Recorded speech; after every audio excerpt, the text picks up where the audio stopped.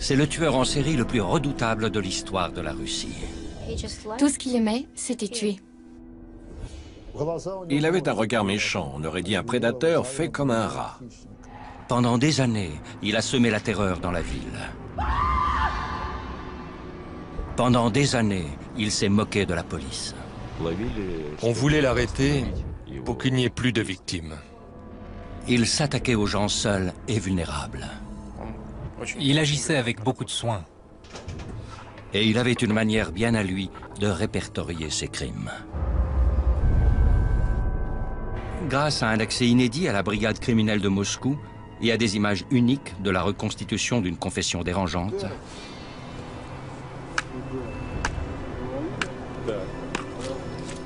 voici l'histoire jamais racontée de la chasse au tueur en série le plus prolifique de Russie.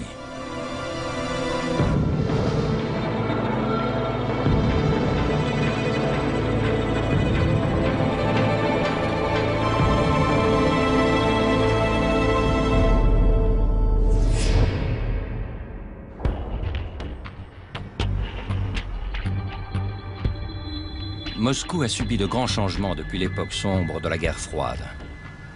Aujourd'hui, c'est une ville pleine de richesses, mais aussi de pauvreté, où l'on trouve des cathédrales dignes des plus belles cartes postales et des HLM peu accueillants. Mais c'est également la toile de fond du plus célèbre tueur en série de l'histoire de la Russie. Le parc de Bitsa est une étendue boisée de 22 km² dans le sud de Moscou. C'est un endroit populaire, où les Russes jouent aux échecs ou se promènent tranquillement. Mais pendant des années, il a caché un terrible secret.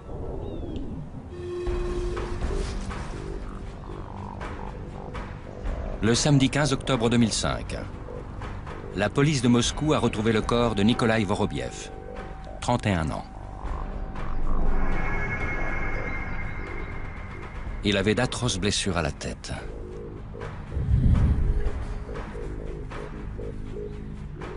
Denis Adamenko était l'un des premiers policiers sur les lieux. C'est exactement à cet endroit qu'on a trouvé une des victimes.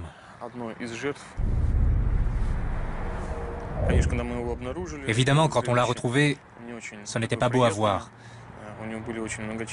Il avait de nombreuses lésions au cerveau, une bouteille plantée dans le crâne, et il y avait des morceaux de cervelle par terre tout autour du corps. Un mois plus tard, un autre corps est retrouvé, celui de Nikolai Zakharchenko, 63 ans. Presque 2 semaines plus tard, il y en avait un autre, Vladimir Didoukine, et une semaine après, celui de Nikolai Koryagin. À Noël, 7 personnes avaient été retrouvées assassinées et mutilées dans le parc de Bitsa. Aucun des corps n'avait été caché et rien n'avait été volé aux victimes. Quoi qu'il en soit, tous avaient la même horrible blessure caractéristique, une bouteille de vodka ou un bâton enfoncé dans une plaie béante à l'arrière de la tête.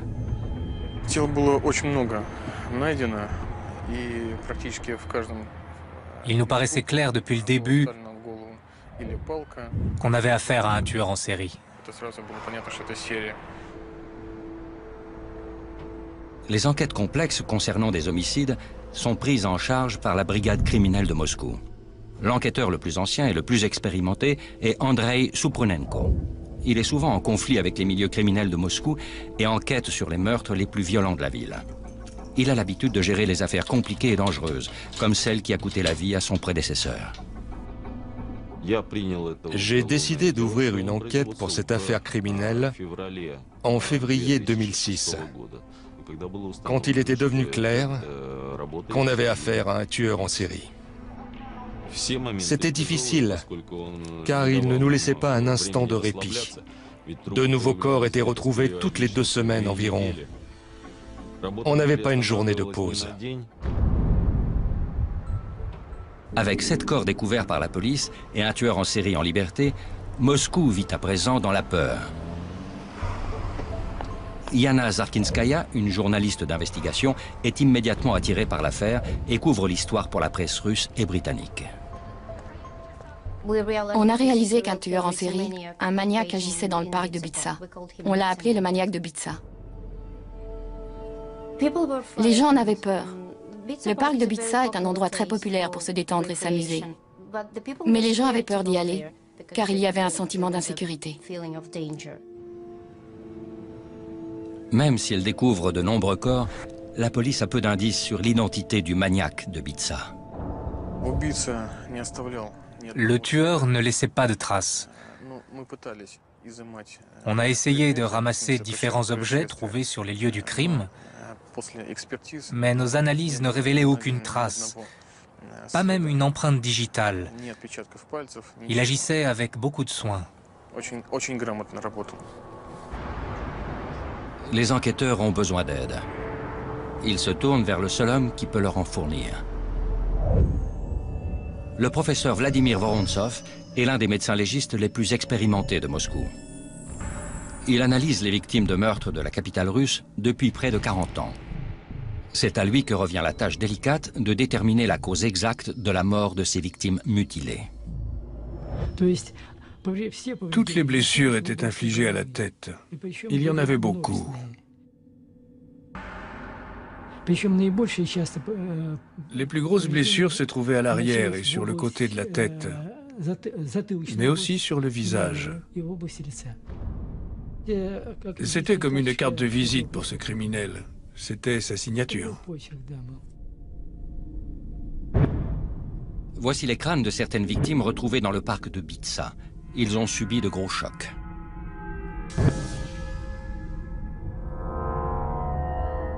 Même si peu de preuves ont été relevées lors de l'autopsie, le professeur Vorontsov parvient à déterminer l'arme du crime la plus vraisemblable. Cette fracture a été causée par un objet contondant, comme par exemple un marteau.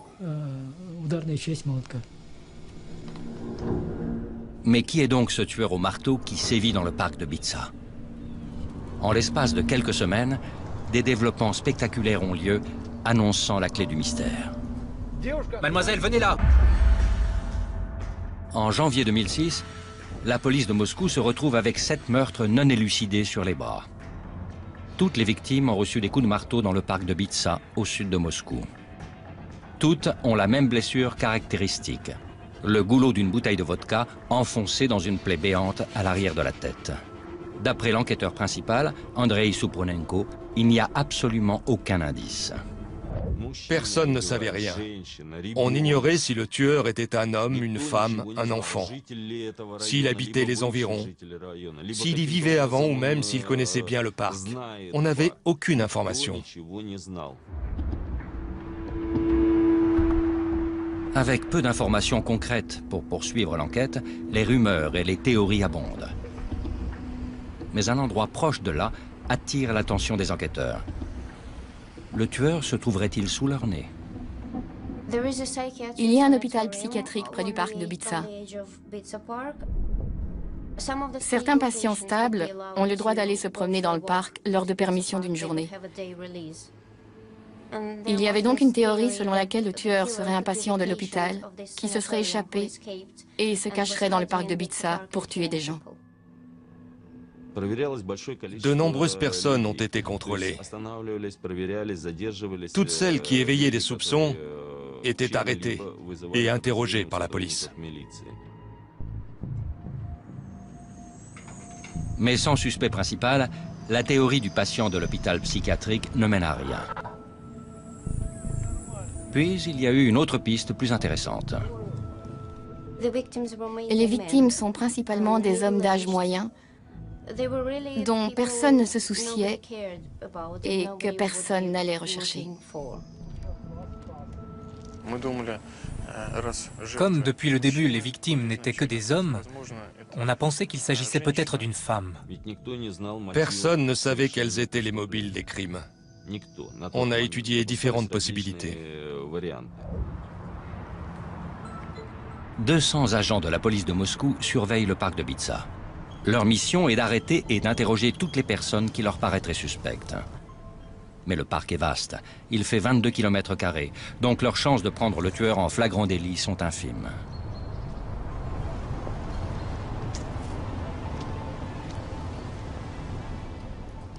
Mademoiselle, venez là!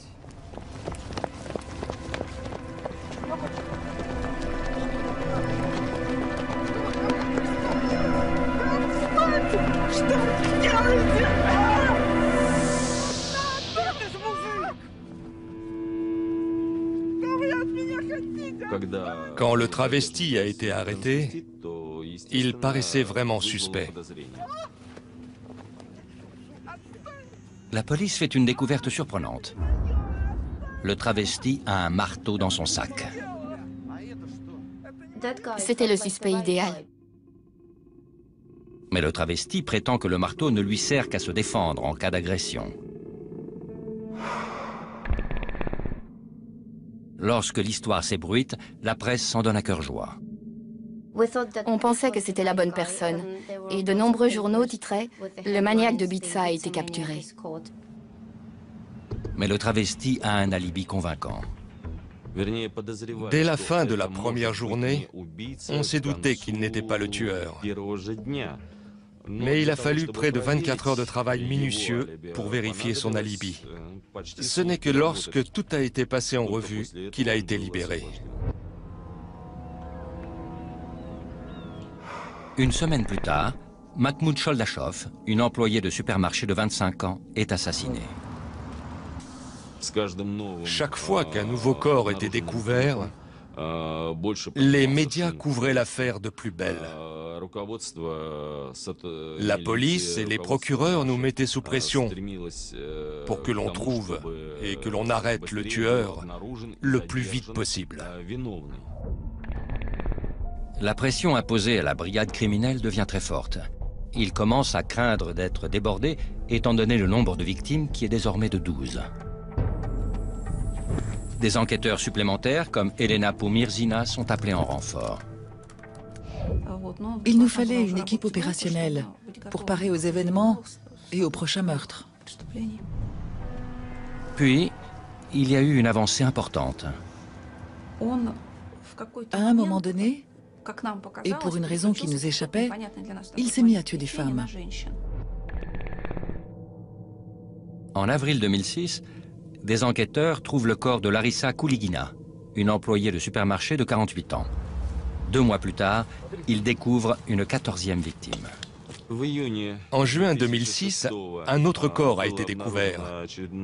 Il s'agissait du corps d'une femme présentant le même genre de blessures caractéristiques, comme celles des autres victimes. On savait donc qu'il y avait un autre cas sur lequel il fallait enquêter. Ensuite, les enquêteurs font une découverte essentielle. Un ticket de métro dans le manteau de la femme assassinée.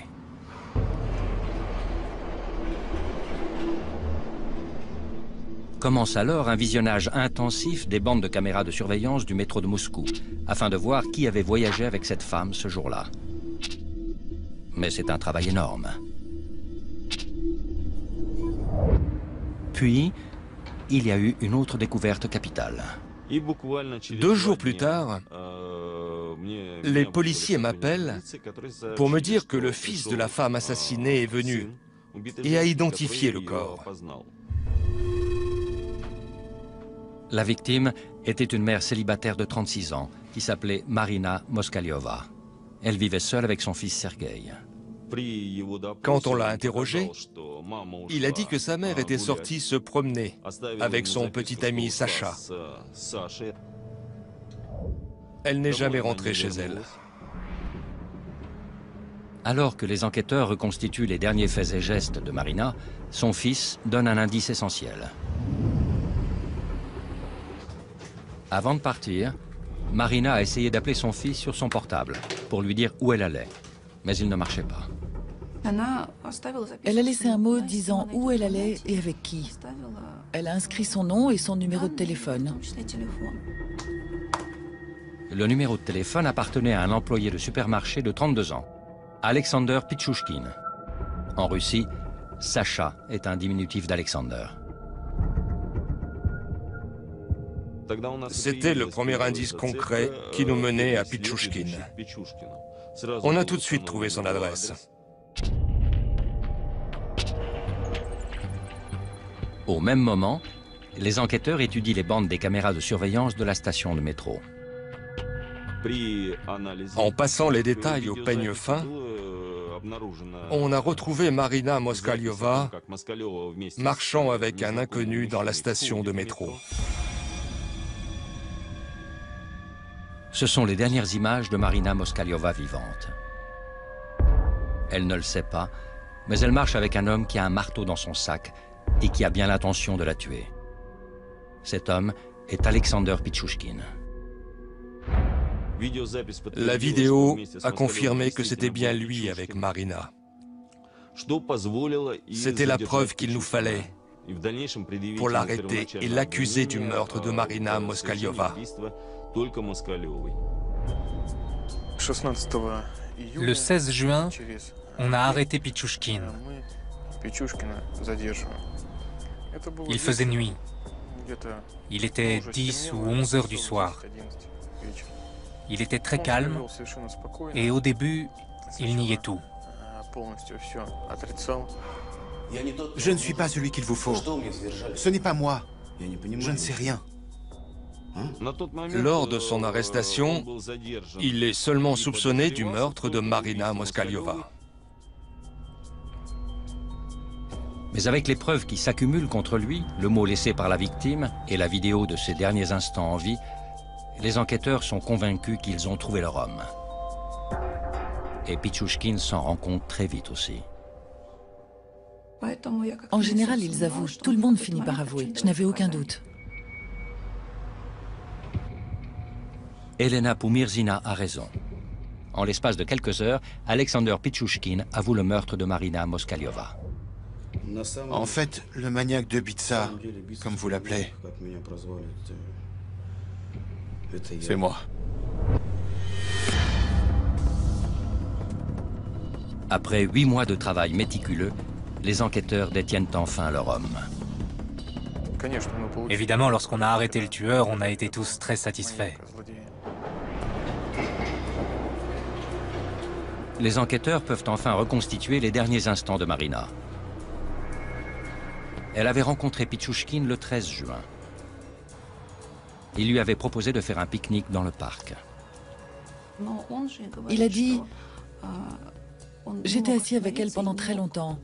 On était seuls et je me demandais si j'allais la tuer ou non. En fin de compte, j'ai décidé de la tuer. Car si je ne le faisais pas, ma vie deviendrait un enfer.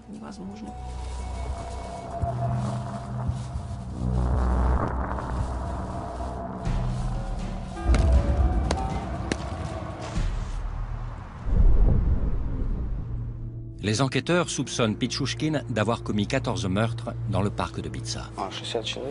Mais ce qu'ils apprennent ensuite est un véritable choc. Évidemment, personne ne pouvait imaginer le véritable nombre de crimes qu'il avait commis. J'ai commis 61 meurtres, dont 60 d'entre eux dans le parc de Bitsa. Pendant 14 ans, j'ai fait vraiment tout ce que je voulais.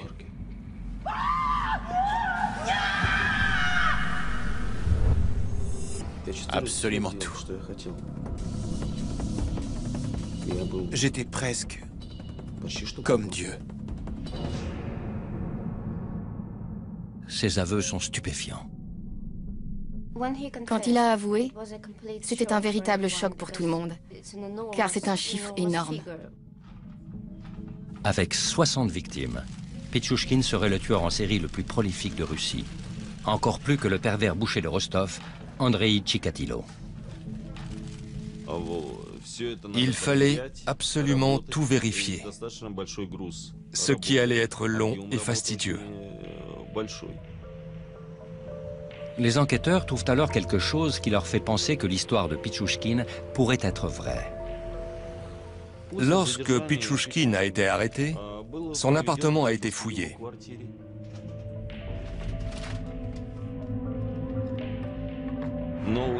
On a retrouvé l'échiquier avec des numéros collés dessus.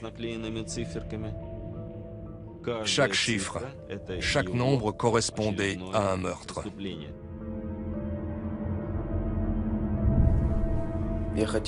Je voulais commettre un meurtre par case de l'échiquier.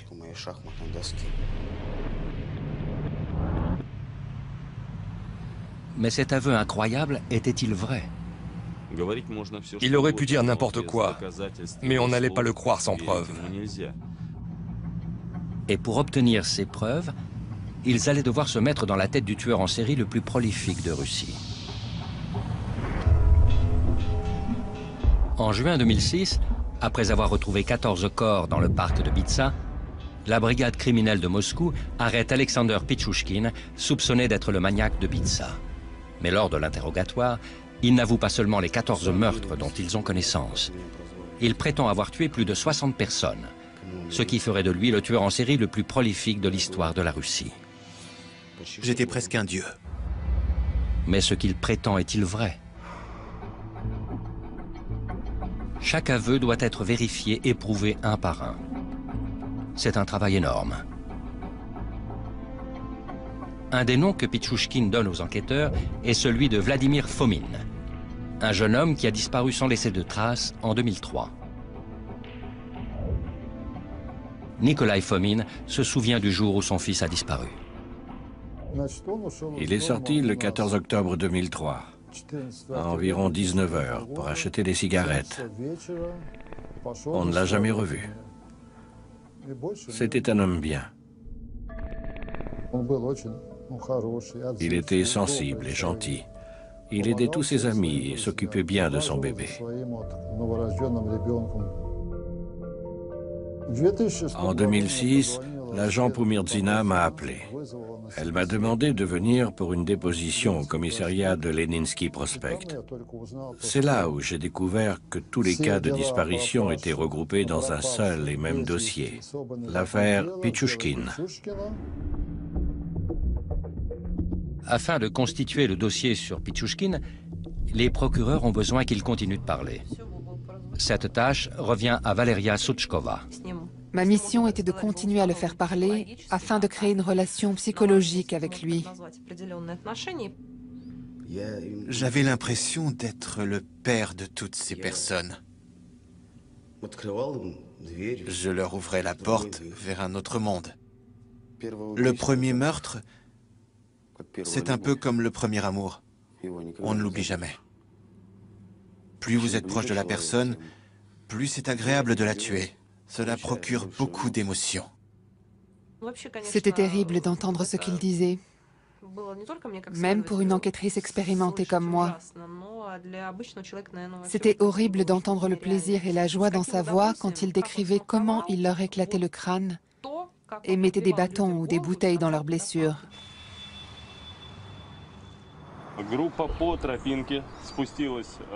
En Russie, afin d'éviter d'avoir des doutes au procès, les enquêteurs emmènent les accusés sur la scène de crime, afin qu'ils reproduisent exactement ce qui s'est passé, et ils filment les résultats. Dans le cas de Pichouchkine, les enquêteurs doivent vérifier ses déclarations stupéfiantes, mais ils veulent également le priver du plaisir qu'il prend en revivant ses meurtres brutaux. L'enquêteur Maxime Zarkov est le caméraman officiel. Je suis allé à Bitsa avec Pichouchkine 27 fois et j'ai filmé plus de 40 heures d'images avec lui. Pichouchkine a une mémoire incroyable en ce qui concerne les détails de ses meurtres. Ясно. Покажи, пожалуйста, на манекене, вот как ты наносил удары. Я вот так вот достал молоток, побежал туда и ударил. Он заорал. Заточенной частью? Ну, в смысле, заостренной? Тупой. Тупой, да? Тупой часть ударил. Он вот заорал сильно. Я, по-моему, ударил еще тут сразу. Он завалился вот так вот. На бок? Да, вот такого. Да. И дальше? Дальше я нанес ему еще несколько ударов. Удар по голове. Так. Разбит. Вставил ему бутылку. Так. Водки. В голову. Вначале палки достал, потом все не подходило, я достал, выкинул. Вставил бутылку. Кипел очень сильно. Даже когда уже мертвый был, ну, вроде раз он ударил, вообще. Le fait qu'il se souvienne de chaque moment dans les moindres détails était très utile. Il connaissait très bien les bois. Il nous a montré les endroits exacts où il tuait les gens. Denis Adamenko est menotté à lui lors de ses aveux dans la forêt. Je n'avais qu'une seule chose en tête. Je voulais qu'il nous montre le maximum de choses, qu'il nous dise tout. Où il se débarrassait des corps. Je voulais le maximum d'indices.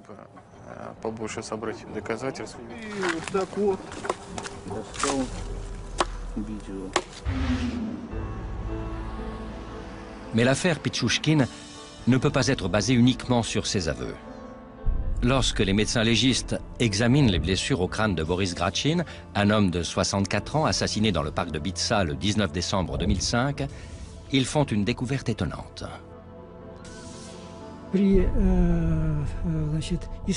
Lorsqu'on a analysé les échantillons de peau, on a retrouvé des bouts de plastique dans les blessures.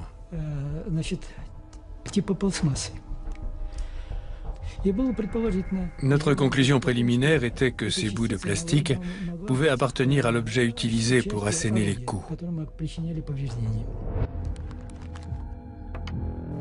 La police de Moscou retrouve ce marteau. Pichouchkine prétend l'avoir utilisé, mais il leur faut prouver qu'il s'agit bien de l'arme du crime. En analysant le marteau, on a découvert des éraflures profondes sur la surface de la partie du manche qui se trouvait près de la tête de l'outil.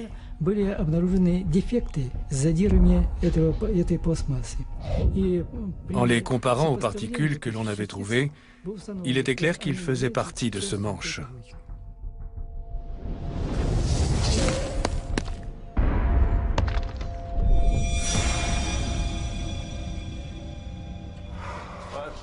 Lors de ses aveux filmés, Pichouchkine révèle de nombreux meurtres incroyables et aussi comment, en tant que meurtrier, il saisissait toutes les opportunités de prendre des vies.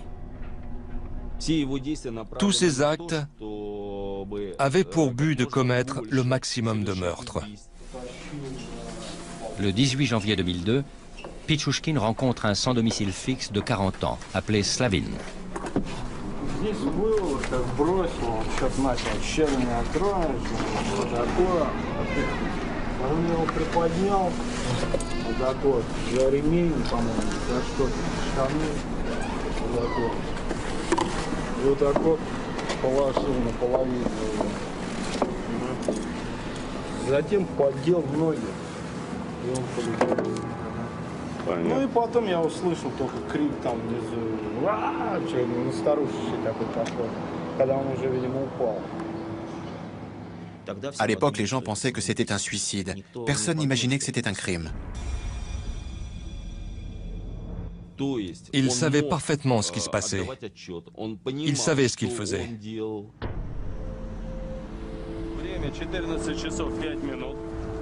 En creusant davantage, les enquêteurs établissent le portrait précis de l'homme qui prétend avoir tué plus de 60 personnes. Pichouchkine est né à Moscou, le 9 avril 1974. Son passé semblait sans histoire. Il a vécu avec sa mère et sa sœur dans cet appartement de la rue Kersonskaya. C'est un appartement typiquement soviétique, non loin du parc de Bitsa. Il avait un travail stable, dans un supermarché, et était en général apprécié des gens. Sa vie était ordinaire, mais Alexander faisait tout pour être différent. Une équipe de médecins du plus grand centre psychiatrique de Russie a passé plus de 6 mois à analyser le passé de Pichouchkine. Evgeny Machushkin en faisait partie. Il n'était pas heureux. Il faisait son travail et il menait une vie solitaire. On sait qu'il avait essayé plusieurs fois de vivre avec des femmes et même de fonder une famille, mais il avait échoué. Le type de comportement auquel on faisait face était très complexe, mais il suivait un certain schéma, des efforts pour commettre des meurtres et des actes agressifs et sadiques.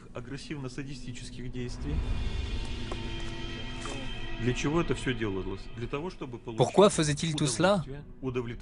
Ça lui procurait une certaine satisfaction et un plaisir sexuel. Il montre clairement des signes d'un syndrome de sadisme agressif, combinant l'agressivité à la cruauté. Il se libérait de ses intentions agressives. Il avait le don pour s'entendre avec les gens et pour les mettre à l'aise. Il rencontrait facilement des gens et gardait contact avec eux, sans jamais laisser ses victimes se méfier et sentir le moindre danger. Et au moment idéal, il leur fracassait le crâne.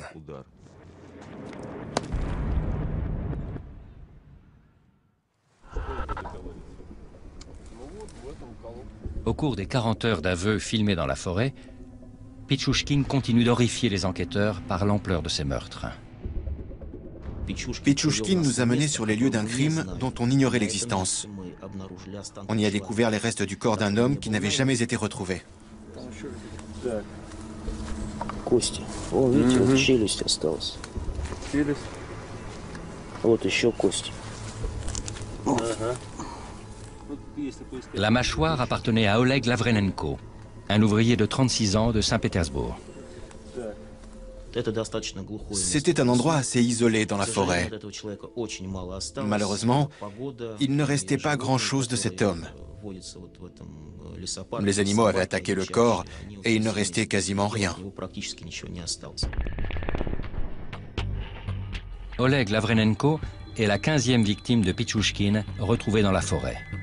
Mais le tueur à l'échiquier prétend avoir tué plus de 60 personnes. Où se trouvent donc les 45 autres corps? En épluchant les dossiers, les enquêteurs se penchent sur un crime non résolu qui a eu lieu dans le parc de Bitsa 4 ans auparavant. En février 2002, la police municipale a reçu un appel d'un hôpital à propos d'une patiente présentant des blessures étranges. Ici l'hôpital numéro 6. Nous avons une patiente que vous devriez venir voir. Quand pensez-vous pouvoir venir? Maria Viricheva racontait une histoire inquiétante à propos d'un homme qu'elle venait de rencontrer et qui s'appelait Alexander Pichushkin. Que s'est-il passé? Je l'ai rencontré à la station de métro. Maria a rencontré Alexander Pichushkin le 23 février 2002, près de la station de métro Kharkovskaya. Elle venait de rompre avec son petit ami et n'arrivait pas à joindre les deux bouts. J'étais en train de pleurer. Il s'est approché de moi et m'a demandé ce qui se passait. Il m'a proposé d'aller boire un verre. Pichushkin a proposé de lui vendre des appareils photo. Il lui a dit qu'il les avait cachés dans le parc de Bitsa. À l'époque, Maria Viricheva était enceinte. Il m'a emmené dans un coin isolé. Et m'a dit que les appareils photo étaient cachés dans les égouts.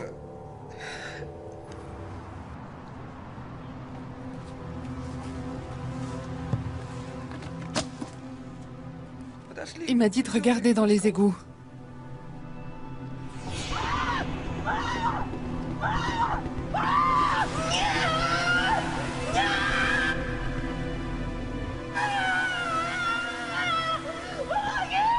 Entraînée par les eaux rapides, Maria Viricheva a réussi à rester en vie en se hissant dans des égouts désaffectés.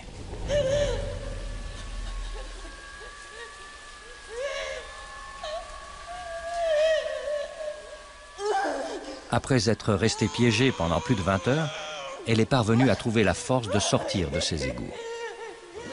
J'essayais de trouver la sortie, mais je ne voyais rien.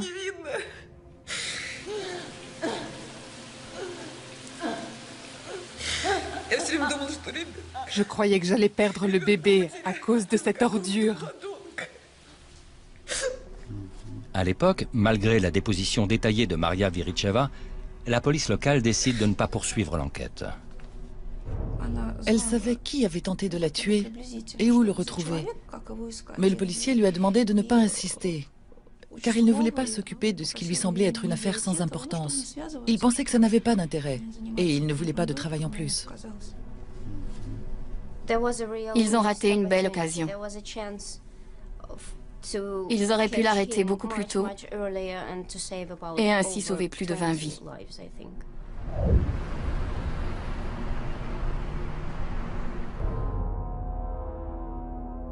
Les égouts allaient permettre de découvrir comment Pichouchkine s'était débarrassé des autres corps. Александр, что это за колодец? Ну вот в этом колодце я утопил. Сколько всего человек? Ну сейчас сколько по подсчетам получается человек 16, по-моему. Можно более точно. Voici une des bouches d'égout utilisées par Pichouchkine. Il y a un réseau d'évacuation des eaux sous le parc de Bitsa qui dessert toute la partie sud de Moscou. En termes de dégâts physiques, quand il les jetait dans les égouts, ces personnes avaient de la chance, si l'on peut dire, car la mort était quasiment instantanée. Le débit et la pression de l'eau sont tellement importants que lorsqu'ils ont mis un mannequin dans les égouts pour voir ce qui se passerait, il a été rapidement mis en pièces. Pichouchkine s'est débarrassé de nombreuses personnes de cette façon, dont sa toute première victime, Mikhail Oldichuk, un camarade de classe de 18 ans qu'il avait assassiné en 1992. Oldichuk avait refusé de suivre Pichouchkine dans sa série de meurtres. Puis, en février 2002, Pichouchkine s'est débarrassé du corps d'un garçon sans domicile de seulement 9 ans qu'on appelait Mitka.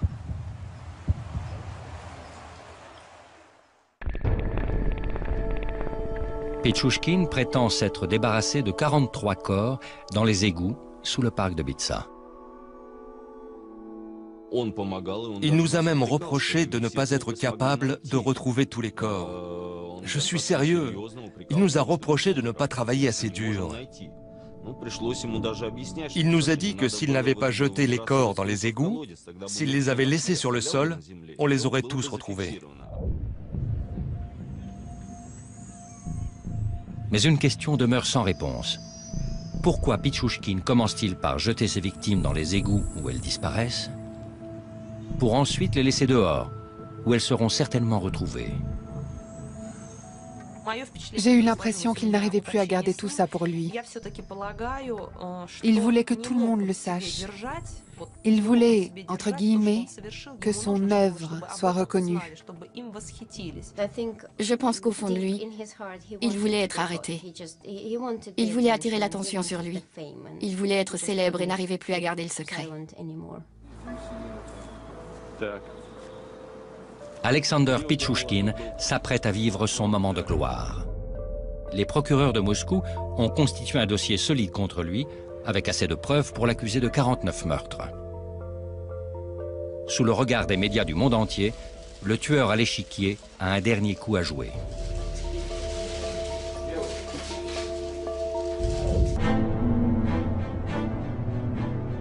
Le 13 septembre 2007, Alexander Pichouchkine, le tueur en série le plus prolifique de Russie, est jugé à Moscou.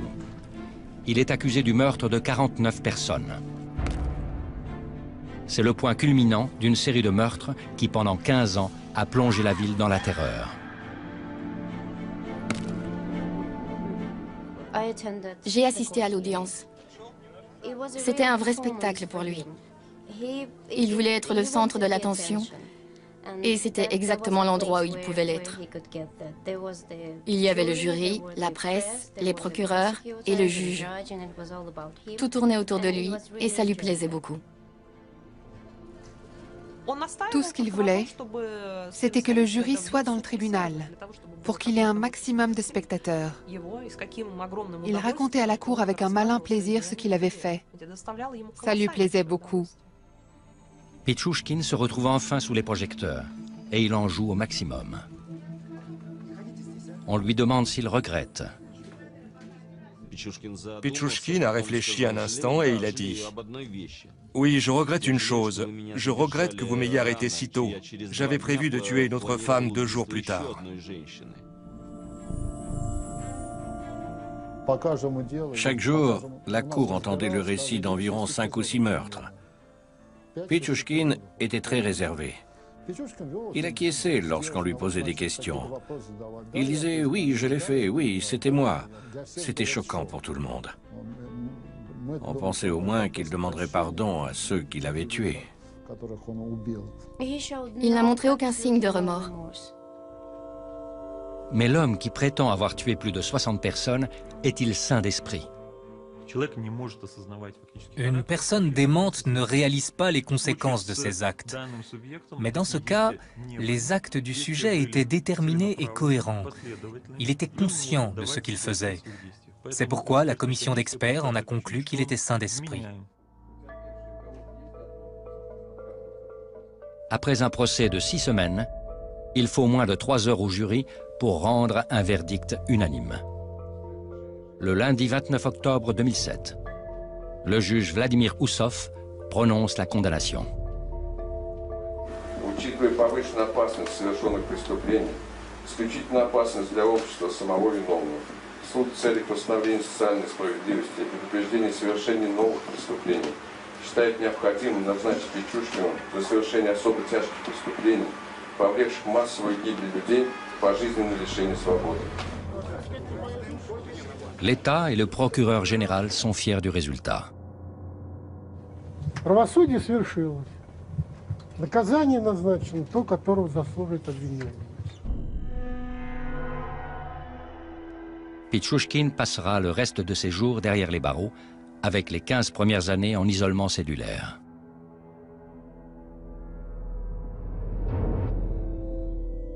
Pour Nikolai Fomin, la condamnation rend justice à la mort cruelle de son fils, Vladimir. Il n'y a pas de peine plus grave que la prison à perpétuité. C'est tout ce qu'on peut obtenir, donc il restera en prison pour le reste de sa vie. Malgré le verdict de culpabilité, le corps de Vladimir Fomin n'a jamais été retrouvé. Cela apporte un léger réconfort à sa famille. Il y a de l'espoir. Tant qu'on ne retrouve pas le corps, il y a de l'espoir. C'est comme pendant la Seconde Guerre mondiale. On informait les gens que quelqu'un avait disparu et cette personne réapparaissait au bout de 40 ou 50 ans. Et si nous aussi on avait cette chance-là, il pourrait revenir millionnaire de quelque part, peut-être même d'Amérique. Il a fallu 9 mois de travail acharné pour que Pichushkin soit reconnu coupable. C'était très dur et très stressant. On a énormément travaillé. 24 heures sur 24 et 7 jours sur 7. Je ne l'oublierai jamais. C'était l'affaire la plus grave sur laquelle j'ai travaillé de toute ma carrière. Je m'étais déjà retrouvé face à des tueurs en série, mais aucun d'entre eux n'avait été aussi cruel et sans pitié que Pichushkin. Même s'il prétend avoir tué plus de 60 personnes, la police n'a jamais retrouvé tous les corps. La Cour avait assez de preuves pour le reconnaître coupable de 48 meurtres, un chiffre stupéfiant. Je n'avais jamais interrogé de tueur en série qui avait causé autant de victimes, mais j'avais eu des cas similaires. La seule différence dans cette affaire, c'est qu'elle avait attiré l'attention du public. Elle a secoué tout le monde. Je pense qu'il a tué autant de personnes car il aimait tout simplement tuer. Pichushkin est un tueur en série assez étonnant. C'est un vrai chasseur. Sa seule motivation était de tuer. Il n'avait pas d'autre mobile, malgré ce qu'on pouvait penser.